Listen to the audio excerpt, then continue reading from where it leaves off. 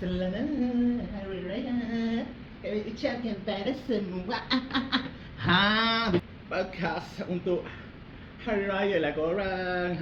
Bekas-bekas yang cantik, mewah dan bergaya macam ni Tak pula tu saiz dia tengok ni. Walaupun dia plastik, meja macam ni bergaya juga macam ni. Saiz dia, tudung dia pun dia ada penutup. Tudung pula. Dia ada penutup.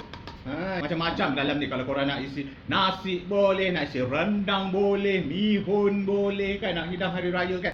Sekarang ni korang tengok, bekas ni kan kosong kan. Kosong, tak ada apa-apa, tengok betul-betul, tak ada apa-apa. Siapa kata tutup, siapa kata magic. Abracadabra. Tengok penuh dah korang. Kilo coklat kat dalam ni besar dah saiz dia. Untung sangat. Harga pun berpatutan. Pergi check, pergi klik dekat beg kuning, check klik, pergi tengok singgah apa semua sekali lah buat dekat beg kuning aku tu sampai korang dapat barang ni Okay.